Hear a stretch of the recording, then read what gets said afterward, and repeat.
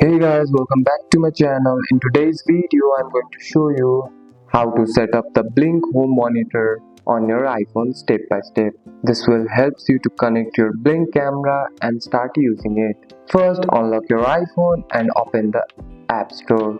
In the search bar, type Blink home monitor and get the app. Then wait for the app to download.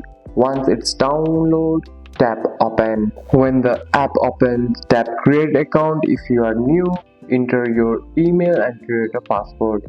If you are already have an account, just sign in. After logging in, tap the plus sign and choose add device.